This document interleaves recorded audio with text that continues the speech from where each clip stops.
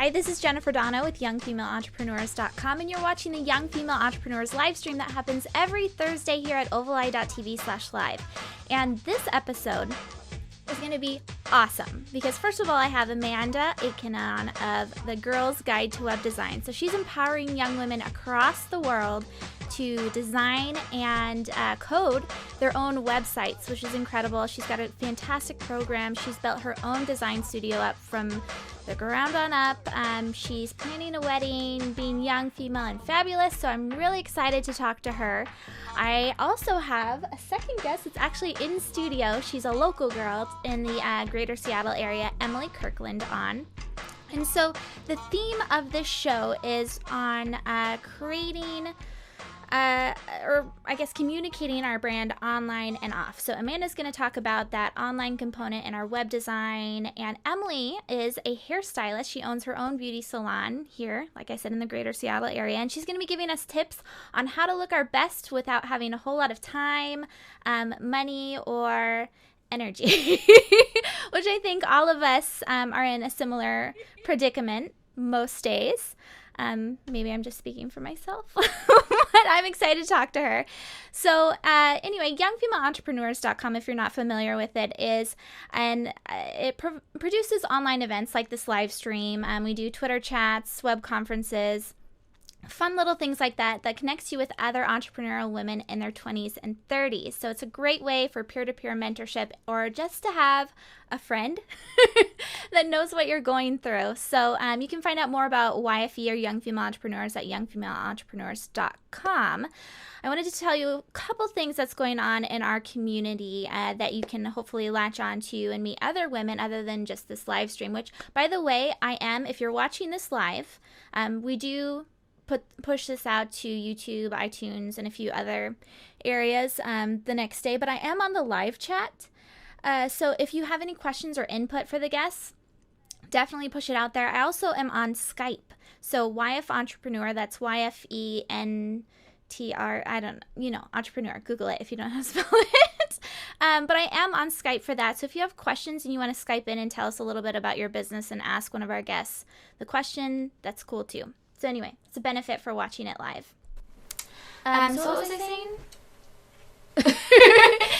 So we've got the live stream and the Twitter chat. So another thing that's happening in our community is that a book club is starting, and I introduced the moderators to everyone a couple days ago on the Young Female Entrepreneurs blog, and that's Morgan Hatton and Jessica Newell. They're going to be your two moderators, and the book club happens on a Facebook group that's closed.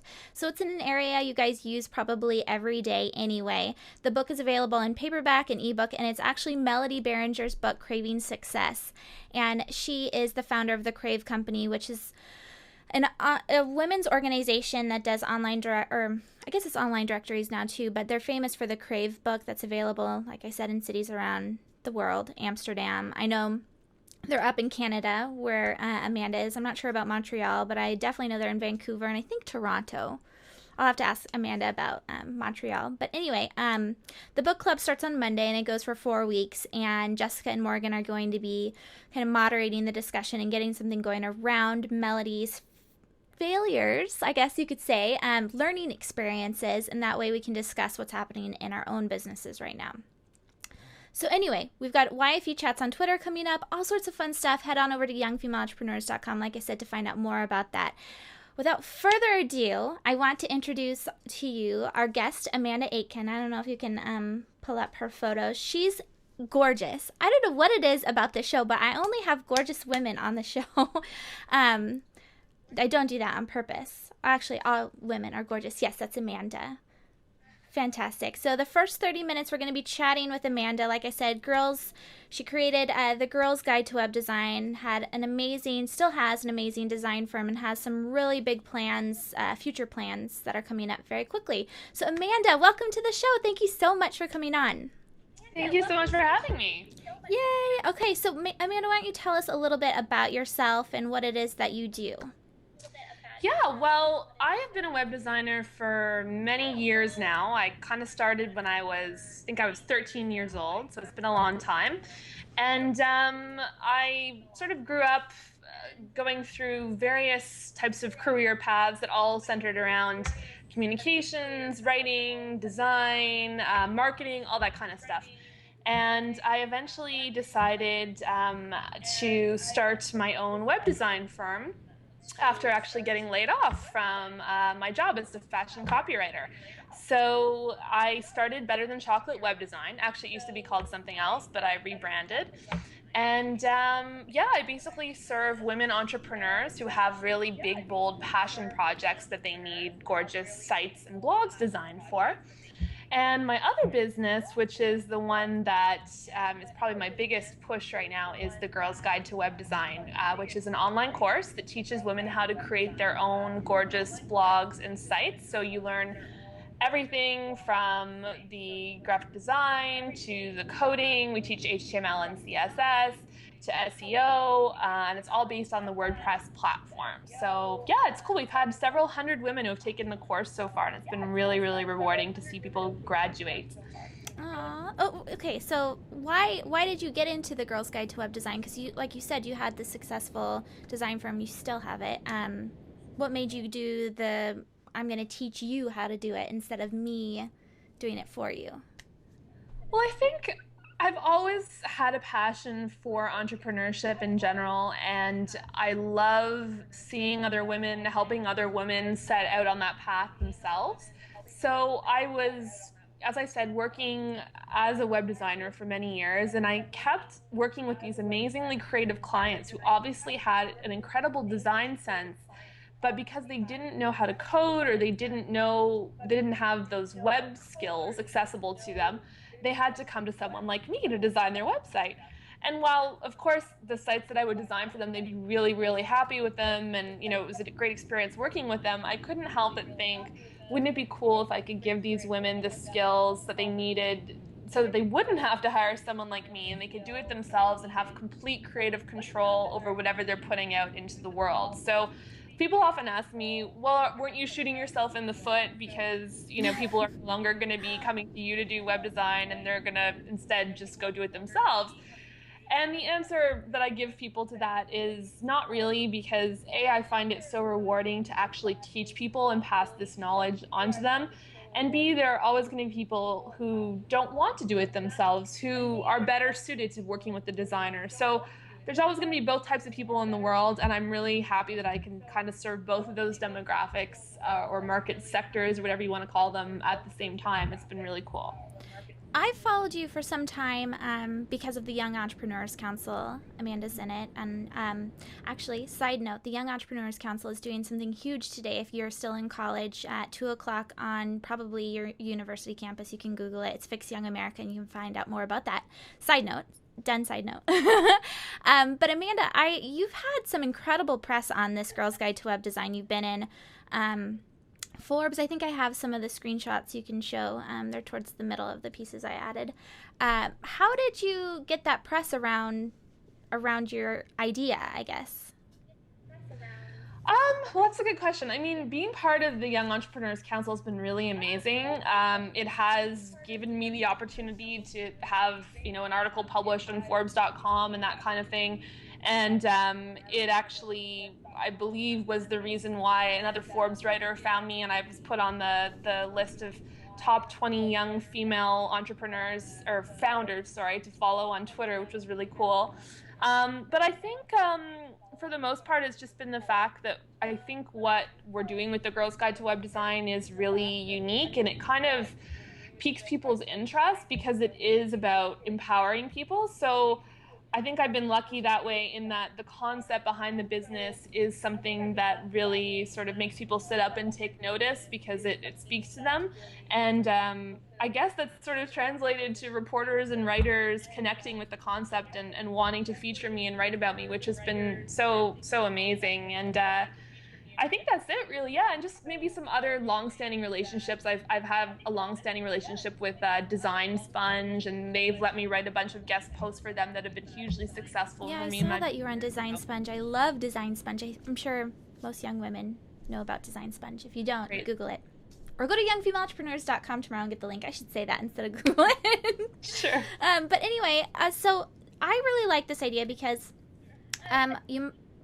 I didn't mention this yet on the show, but I have a business called Ovali, and that's why you're looking at ovali.tv/live right now. We have the studio, but we're web hosts, kind of like GoDaddy. And the majority of our web hosting members are actually women, I think just because my mother and I own it, and so we naturally attract women to our web hosting company. But it's amazing the number of women that come to us and they're like, okay, so now I have a domain name and I have web hosting. Now what I do? Which is, it's hard because you're just like, I don't, there's just going to be so much time for you to put into this. It's either lots of time to try and learn it or a lot of money to get someone else to do it for you. And so that's why I like your program, in that it's really designed specifically for that creative female that has kind of an idea of what their brand should be. So maybe tell us a little bit about the difference between something like Code Academy or other more free type models where you can go, or if you do a Google on how to code WordPress. Why as a young female entrepreneur should I check out the Girl's Guide to Web Design versus something that's free, or my own research? And that's a great question, because there certainly are so many free resources out there for learning to code. I would say that the main thing that sets the Girl's Guide to Web Design apart as a vehicle for learning to code and learning all that technical stuff is probably, when it comes right down to it, the way I teach things. Because I know how intimidating it can be to delve into this whole new world of code. I mean, it literally is learning another language, and technical stuff can be, it's a little scary because it's all this stuff happening behind the scenes, and it's like, well, what if something goes wrong? I don't really know what's behind the curtain and all that kind of thing. So I tried really hard when putting together the training materials for the Girl's Guide to Web Design, which it's all a video-based course, to make it as non-intimidating as possible. It's friendly, it's fun. It's structured in such a way that it helps you absorb the knowledge at exactly the right pace and in exactly the right order. And there's just a really great, I've geared it towards women. And that's another really important thing, because the domain of code and technical stuff is so often seen as this guy's thing. And there's no reason that that should be the case, but it's just the way it generally is, perception-wise. So I created this course to appeal to women. It's taught in a very, a conversational way, like as though you're just sitting down next to your best friend and she happens to know how to code and is teaching you. And also, there's a great community behind the course. Like I said, we now have several hundred women who have gone through it, and everyone is there cheering each other on. We've got the private Facebook group and that kind of thing for students, and people are literally, they're going to each other's cities and having meetups and stuff like that because they've gone through the Girl's Guide to Web Design. Cool. So I think that's what sets it apart, really. Awesome. Yeah, I cannot stress enough how important different programs like this are, just because as a young female entrepreneur, that is a huge hurdle in terms of technology and trying to figure out even how to code WordPress. I mean, people are talking about apps and different larger community sites when, I don't know, just getting a blog started sounds daunting. So I think this is a fantastic program that you're putting together. So as far as Amanda goes, and really fast, everyone, if you're watching live, we're speaking with Amanda Aitken, who we just talked about, created the Girl's Guide to Web Design. I'm also on chat, so if you have questions, I'm going to open it up to questions soon, so be thinking about it. You have her here. Let's ask some questions. But as far as Amanda goes in building this business, you're out in Montreal, right? I am in Montreal, Canada. Okay, so maybe tell us a little bit about what that city means to you in terms of building your business. Do you feel like that it's an advantage to you in being in that city, or could you do this anywhere in the world? Don't get me wrong. I love Montreal. I was born here. I've lived in a few other Canadian cities, but I came back here, I think, about 7 years ago or something. It kind of just happens to be where I was when I decided to launch these two businesses. I've had some great opportunities to connect with people locally here. I just did a great Learn to Code talk for something called Montreal Girl Geeks, and that was awesome.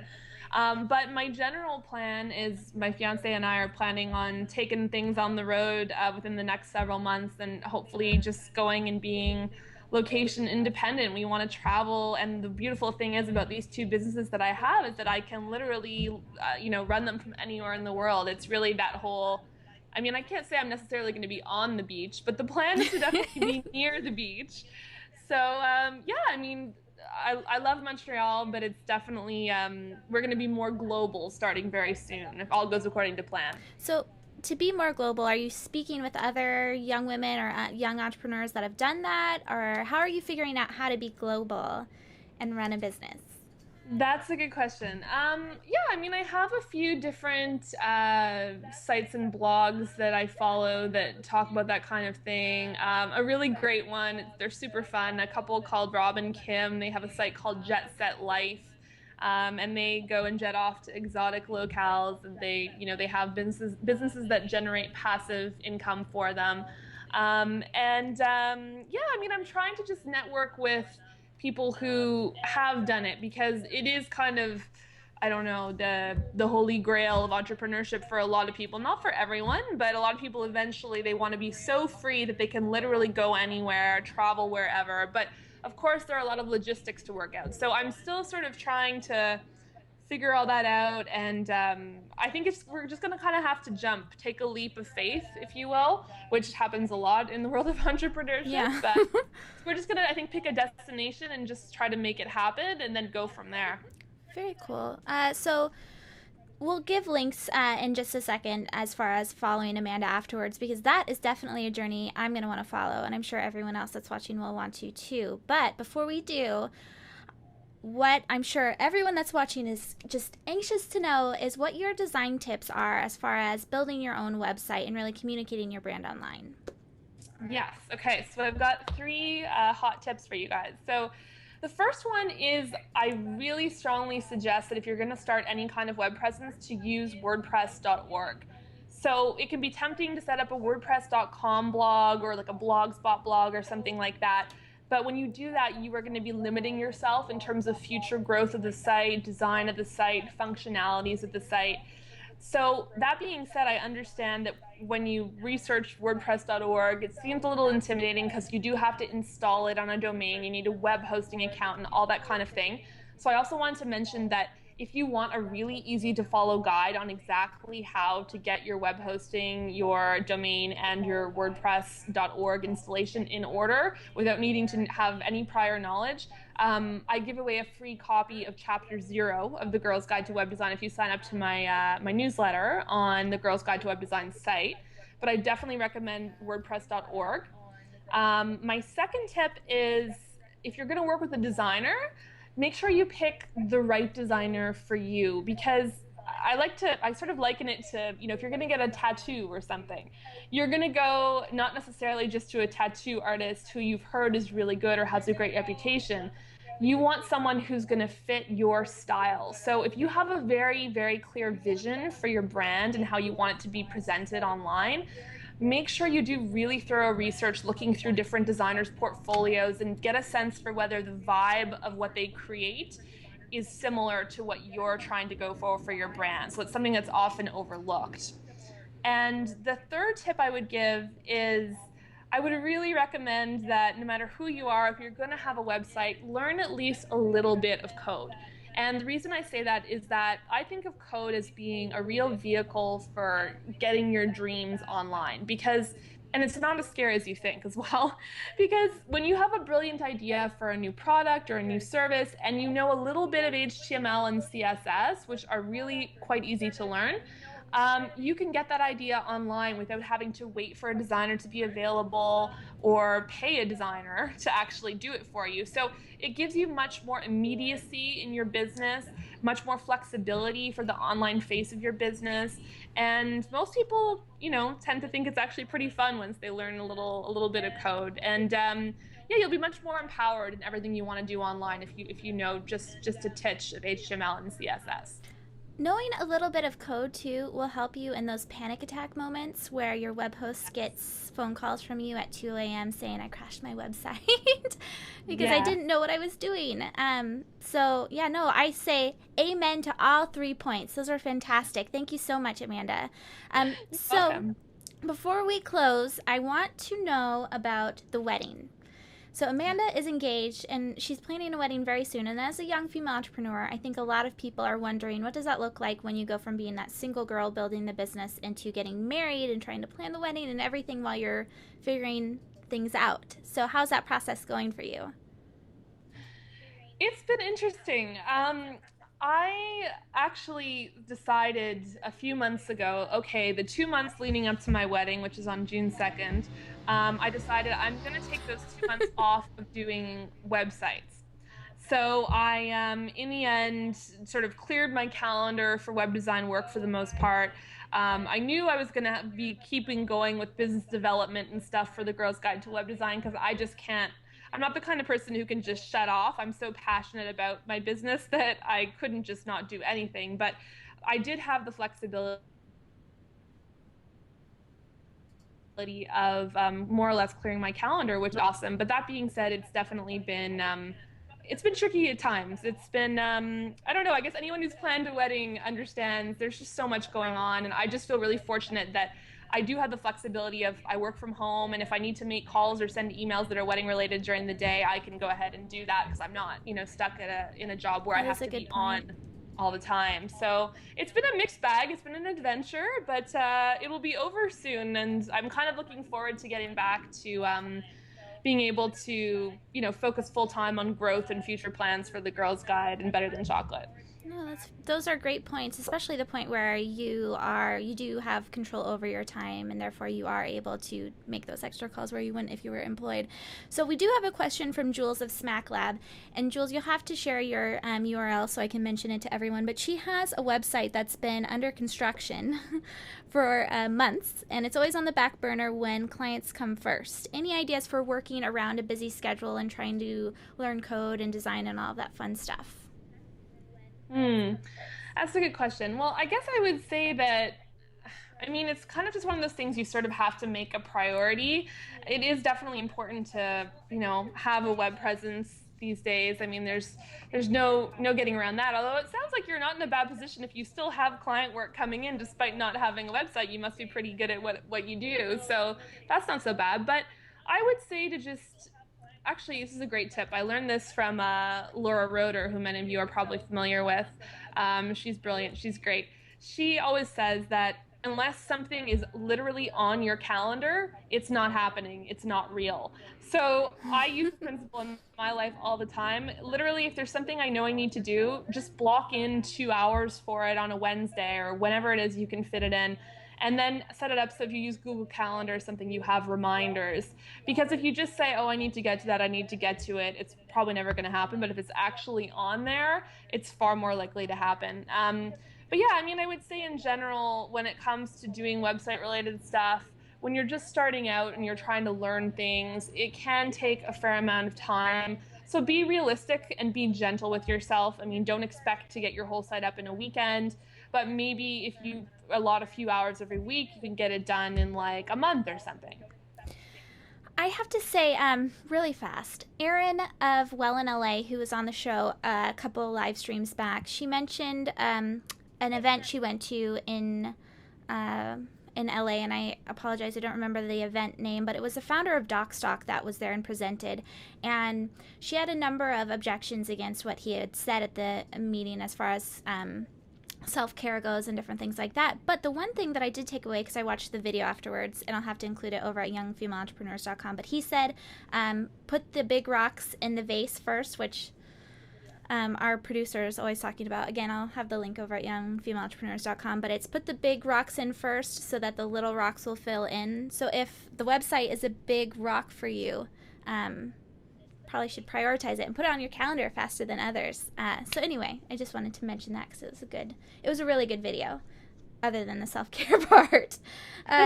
So Amanda, thank you so much for being on the show. You're fantastic. I absolutely love everything that you're doing.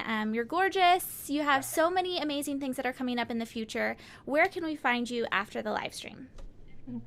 Well, you can find me at girlsguidetowebdesign.com, and that's also where you go if you want to get email updates about the Girls Guide and that sort of thing.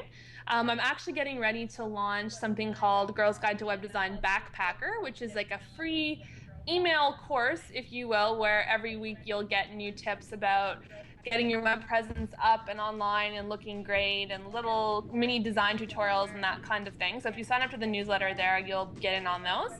And you can also find us on Facebook. It's facebook.com/Girls Guide to Web Design. Girls Guide to Web Design. And I'm also on Twitter. My name is Amanda Aitken on Twitter.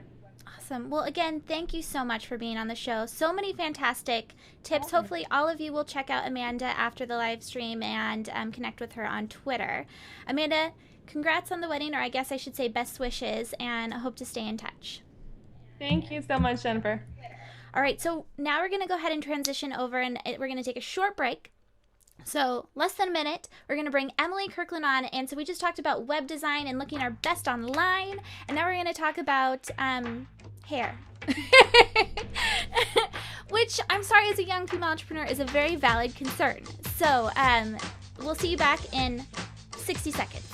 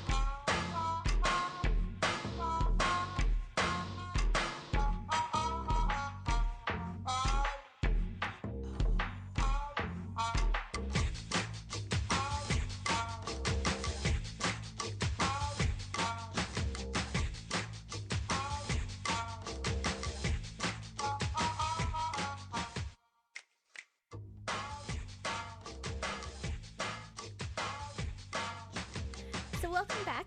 Again, if you're watching live, you're watching the Young Female Entrepreneurs live stream that happens every Thursday here at ovali.tv/live. And for the last 7 shows, this is our 8th one, I've been Skyping people in like Amanda from around, well, actually just really North America.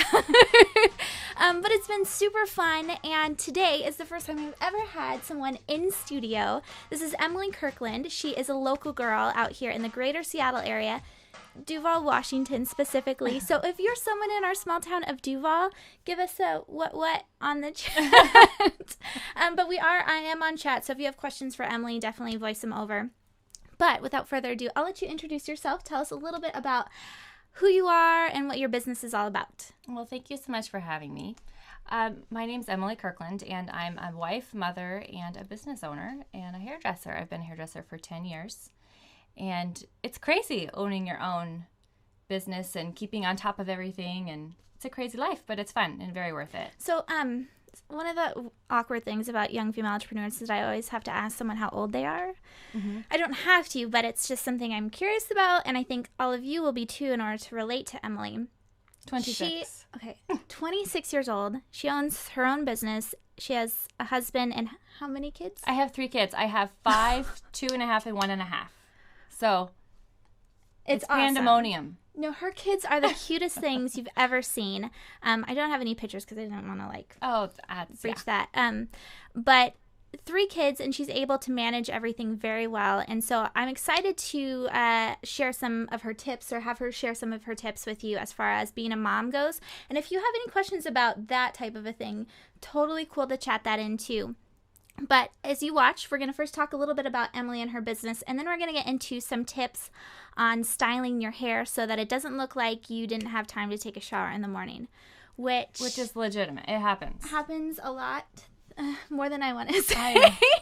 So anyway, before we get into the tips, let's hear a little bit more about you and how you got started. So when exactly did you get into beauty, hair care, all that fun stuff? I went to beauty school while I was in high school, a senior in high school. So it was 2002.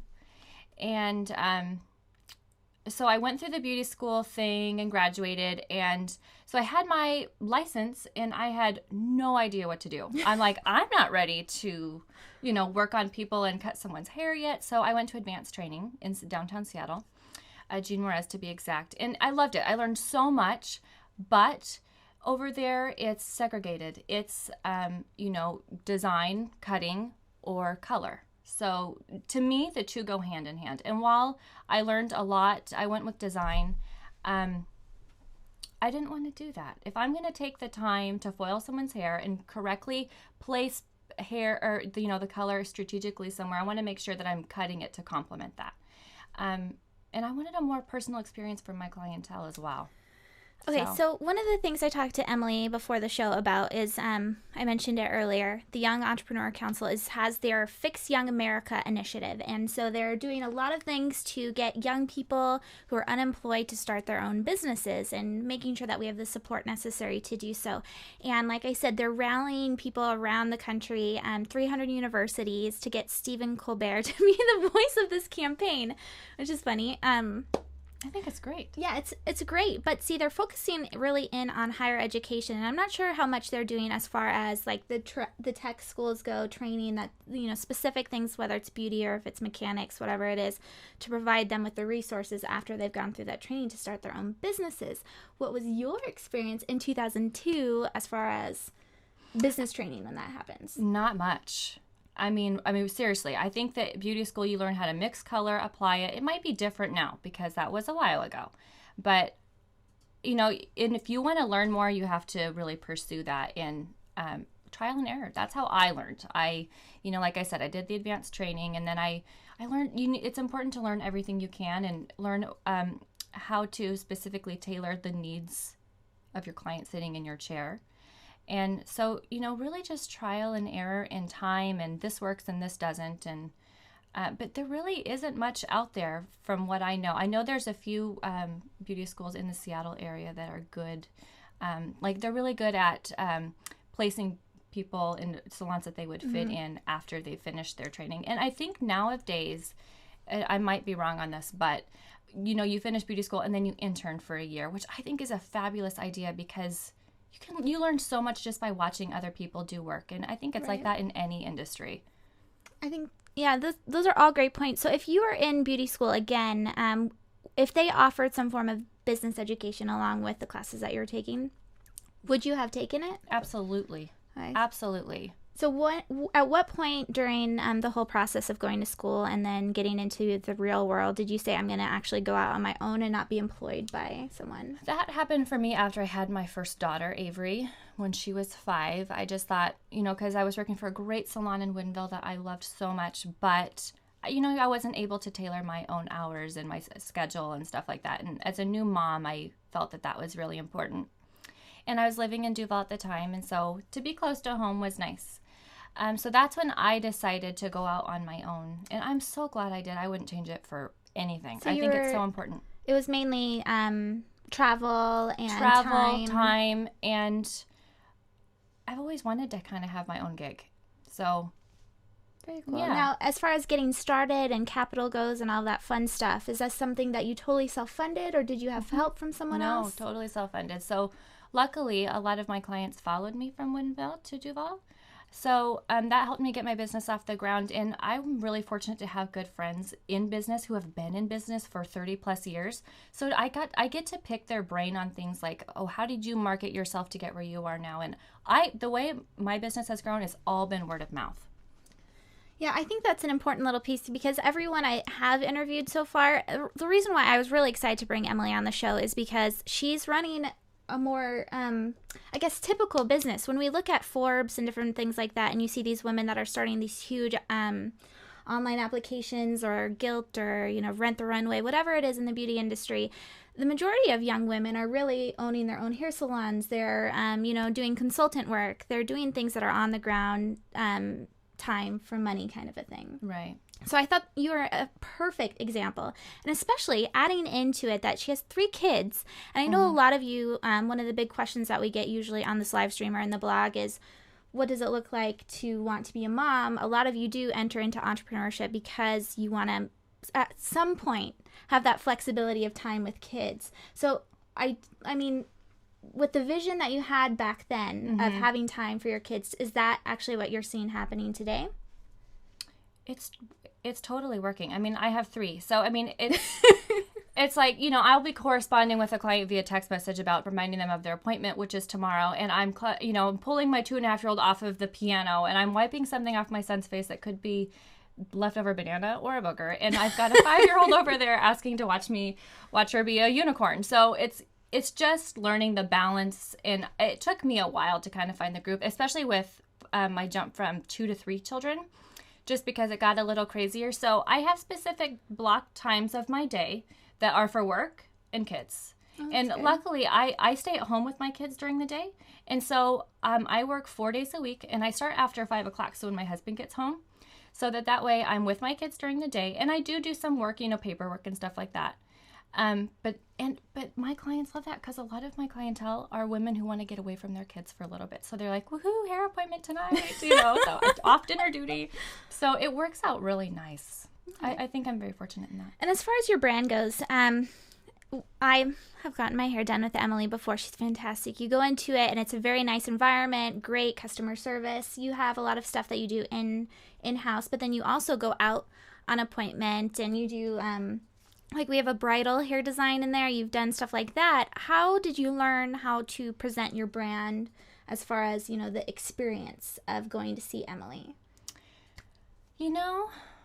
I think I learned because I knew what I wanted when I went to go get my hair done. I didn't want a whole lot of ruckus going on, where it's like you're getting your hair done and people are walking by on the street watching you, and you've got foils in your hair, and like at certain places. Yeah, I mean it's kind of crazy. How embarrassing. I know, right? Me too. Yeah. So luckily, I really lucked out, because the girl who owns the salon that I run my business out of, I have my own space and a door and a window, and it's just, I knew what I wanted in the service industry, so I wanted to be able to offer that, because it's kind of getting rarer and rarer for people to be able to find a really personal experience, because a lot of big salons, they're great, but it's like get them in and out, get them in and out, get them in and out. It's kind of a quick type of a thing. So as far as your salon goes and the personal experience in the beauty industry as a whole, because I know there's a lot of women that follow IFE that are in the beauty industry, a lot of tanning women, which is a really interesting business model to look at. And I believe it's Kelly Richardson. Kelly, I'm sorry if I'm butchering your name, but you guys, I'll have the link over for her. She's a great person to follow on Twitter. But anyway, what do you see the industry doing in the next couple of years as far as you giving that personal experience versus the large chains that are doing kind of that come in and will push you out and will collect your money kind of a thing? I know I'll never do that, if you know what I mean. Yeah. Like, my clients have been so loyal to me, and the people in my chair is what it's all about, in my opinion. And as long as I'm growing and learning how to better accommodate them, that's what it's all about. So I won't. Do you think that with the economy that still one-on-one stuff is possible, or do you think people are more trying to save money? And no, I did see a little bit, a lot of people, when it came to like budgeting and stuff, they're like, okay, I'm just going to color my own hair at home. Yeah. It worked for some people, but in the long run, it wasn't necessarily, it can be disastrous a little bit. So, I didn't feel that economic crunch, luckily. That's good to know. And I think a lot of it is because I was able to build my clientele before the crash happened. Do you feel like at all that same question I asked Amanda as far as the city goes and where she's building a business? The area that we're in is very high. I mean, Microsoft is just minutes away, and so it's definitely a certain population lives here. Do you think that has benefited you? Absolutely. I mean, Microsoft has been huge. I think probably 65% of my clientele are we call them Microsofties. I mean, they're all over. Yeah. I mean, so that definitely helps. So really looking into your local demographics. It's so important. Yes. I mean, go anywhere where there's a big corporation, you want to be where the business is. All right, so before we get into more about building a business, let's talk about some tips for those of us who are moms, or maybe not moms and planning a wedding like Amanda, or maybe you have a full-time job and you're trying to build the business on the side, and maybe you need to run out for a meeting during your lunch break. So let's get some tips on how to make sure that we're looking our best in the worst possible conditions. I love that. In the worst possible conditions. Yes. I think right now what is our saving grace, we were talking about this earlier, is the fact that kind of tousled look is really in. It's easy to do. I think that it's important that if you're going to do a tousled look, add a little bit of a shine spray to make it look like you meant for it to be that way. You know, braiding, throwing in a simple side braid or a twist and pinning it back, you know, something like what we have with Lauren Conrad here. Oh yeah, let's look at the pictures. So we've got 4 pictures at the very end that you can go through. This one is, like you were saying, of Lauren Conrad. Yes, and if you don't know how to braid, no biggie. Go on Pinterest and look for, they have tons of tutorials and blogs on how to braid, and just kind of, you know, start to practice with it. And once you get it down, it's super easy and quick to just throw in a side braid and then put the rest of your hair in a messy ponytail. This is a twist. And that's really easy. I mean, that's just twisting and twisting and twisting and twisting until you pin it back. And I love that kind of tousled beach kind of wave. It's real simple. So the beach wave, I've read a few different places to get that as like salt water, that type of a thing. Yeah. There How is does that like work? sea salt spray. You could always, it really depends on the texture of your hair. I mean, if you have, you know, you have thick hair and it's got a bit of natural wave in Messy. it, that helps. But if you have really fine straight hair and it doesn't hold a curl, you can't necessarily do that. So that's why Jennifer Aniston is a great model for straight hair, because she has really straight hair naturally. And I love that ponytail. And that is so easy. All you have to do is make sure, just put your hair up back in a ponytail, and then you kind of pick up that back section a bit and just kind of untidy it. It's so easy. Can I just say that I've been in probably 4 or 5 Skype video calls and Google Hangouts this week where it's been off the cuff kind of stuff, and I've had to run and try and put myself together for them. So these tips are fantastic. Yeah. And I know it may seem a little vain to be going over this. We are supposed to be talking about business and getting investors and all these little things, but it's important it's to always fun. present your best self, right? Especially as a business owner and a young female entrepreneur. And you're important agree. enough to do that. I agree. Okay, so tell us about this Okay, one. I love this example of that kind of tousled look. That's a perfect example. It's just kind of, you know, even if you were to leave the gym with, you know, if you have like 10 minutes when you leave the gym and you're really sweaty, what is sweat? It's salt water. If you blow dry that in, you have instant texture to work with. So I just think that's do a it. good tip. Yeah, and you think you can get a $10, our producer's laughing at us. Thank you so much.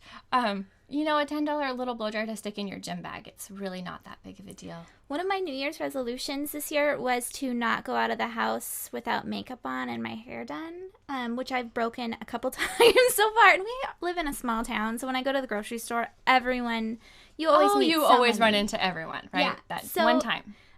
So I really like these tips for that reason. And the gym thing, leaving the gym and then going to go run a couple errands or go to grab a cup of coffee, you will always run into a colleague or a peer or someone like that looking your worst. I So know. It's not fair. these are fantastic tips. So any other tips as far as maybe not so much beauty anymore, but what if we're a mom? And I know I don't know if I let you prepare these questions or anything, Perfect. so this will be fun.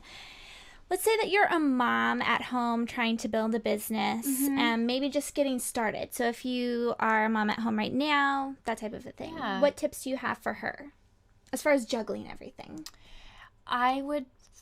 It can get really overwhelming to try to grow a clientele and be home with kids during the day, because sometimes you might feel like I'm wasting time. You know, I need to be out trying to market my business because that's my livelihood. Facebook is a wonderful way to get your name out there, and join your local city's homepage too. Oh, that's a good one. And post little like promotions, or, you know, this week we're having on that, so that's a way that people get out and see that. And I think another thing that really was helpful for me is I would get overwhelmed so easily with, you know, taking calls during the day, and I've got, you know, a kid I'm trying to entertain. And so having time scheduled for kid time and then work time. And I actually do a lot of my callbacks and scheduling and stuff like that when my kids are napping. That's a good point. I know a lot of yeah. moms that do the nap time thing. So if there are people out there that say you can't be a mom and build a successful business, or what's going on with that, what is your response to that opinion, that your business is your baby? How can you raise other babies? Oh my goodness, I've done it. It's easy. That's a good response. I've done it. It's really not rocket science. It's tough, and you've got to find out what works for you and the juggle of things so that it's balanced. But once you get it down, you've got it. It's not a big deal. You know, word of mouth is a great way of, One of the ways I built was I have a little sign and it's framed and it says, send me referral, $10 off your next appointment. So kind of people got excited about that. And I had people coming in with like 4 referrals. So it was like a free haircut almost, Nice. So just little things like that help a lot and go a really long way. Word of mouth is powerful. So I'm on, if you're watching the live stream right now, I am on chat. So if you have questions for Emily, whether it's trying to get your hair to do what you want it to do so you look great at a meeting, or if you have kids, we have a few minutes left and you're welcome to chat in questions. I'm also on Skype, so let me know if you want to Skype in and get your business name up on the TV, all that fun stuff that we've got going on. But before we end, I wanted to ask you a couple things as far as being a wife goes. And I know this is a question that I ask every woman that comes on the live stream as far as having that relationship and what the partner means in building your business. Do you feel like your husband has been an integral part in building your business? How much involvement does he have in the day-to-day? A lot. My husband's very hands-on and he helps me so much with my children. And that's a good thing because then I can be like, okay, I'm going to run to Starbucks for an hour and just go do some things for business. And I don't have to worry about that. So he's been a very solid rock for me because sometimes I come home and I'm just all crazy and I've had this. And, with me starting at 5 o'clock at night, sometimes I don't get done until 9:30 or 10, which is fine. But, I come home all frazzled and, have all this stuff on my mind. And he's really great about being that kind of constant, solid Do you feel like you could do this without him, or is he... Oh, gosh, that's a hard question. I've never had to do it without him, but he has been out of town a couple times, and we manage. I'm fortunate to have family in town, in the same town that I live in, so they help out a lot. He is good for me. I think as a business owner, it's really important to have something that's just for you. You know what I mean? And he's been good at just taking care of me, not my business. I take care of my business. He takes care of me. That's nice. Now, do you have any kind of policy as far as work goes that you don't work on weekends or you have this time set aside for him? I don't on Sundays at all. Saturday's hard. I'm a hairdresser and Saturdays no one works, or typically no one works. So that's kind of a busy day for me. So I set aside Sundays where I don't answer any business calls or emails or anything like that. And I don't before 2 o'clock either because it's just too, if I were to do that, I would be on my phone all day long. Probably wouldn't be a good thing. So when someone does call and let's say that it's at 2 o'clock and they wanted to get a hair appointment in or whatever it is, do you answer it? A lot of my calls go to voicemail and I have a message on there that I will return your call within 24 hours and I always do. And my clients know that. They know I have kids and a lot of the time they even say, I know you're at home with your kids, but maybe you could call me back, later in life. And so it totally works out. People understand. Do you feel like the kids thing, do you ever use it as an excuse? I guess this was a debate that happened over on Power Chicks a while ago. I did a blog post about raising kids and making sure that I had someone watching him at certain times so I could talk on the phone. Yeah. Do you feel like that's ever been an issue for you that, oh, my kid's in the background, sorry, I can't talk now, that kind of thing? I never do that. I think that's really unprofessional. If I were to call someone and make a service appointment and they were like, answered their phone, oh, I'm sorry, I've got my kid, can I call you back? That's just a pet peeve of mine. That's why we have voicemail. Have a nice greeting on your answering machine and then I'll feel comfortable to leave a voicemail. Why? Keep it professional. All right, so any tip for a young woman who's getting started today? Your number one tip, what should they do? Know your clientele. Know who your target audience is. If you want to target, women your age that are maybe younger, look and see what their trends are. Learn everything you can about, my inspiration comes from people on the streets and magazines, but, trying to draw that fine line on what's realistic and what's not. Those magazines you see in the salon drive me crazy. It's like all 80s stuff that no one would ever do. So, but definitely knowing who your target audience is very important. And 5 years down the road, what's Emily Kirkland going to be doing? I got into this industry because I love people and I love the hair industry. It's been a part of me for so long, and I'd love to get into teaching, and I love to write. So even writing articles for magazines I'll definitely do that. Maybe you could write one for YFE. Oh, I would love that. I love to write. But I'll always be behind the chair because it's really important. I mean, the sky's the limit in this industry.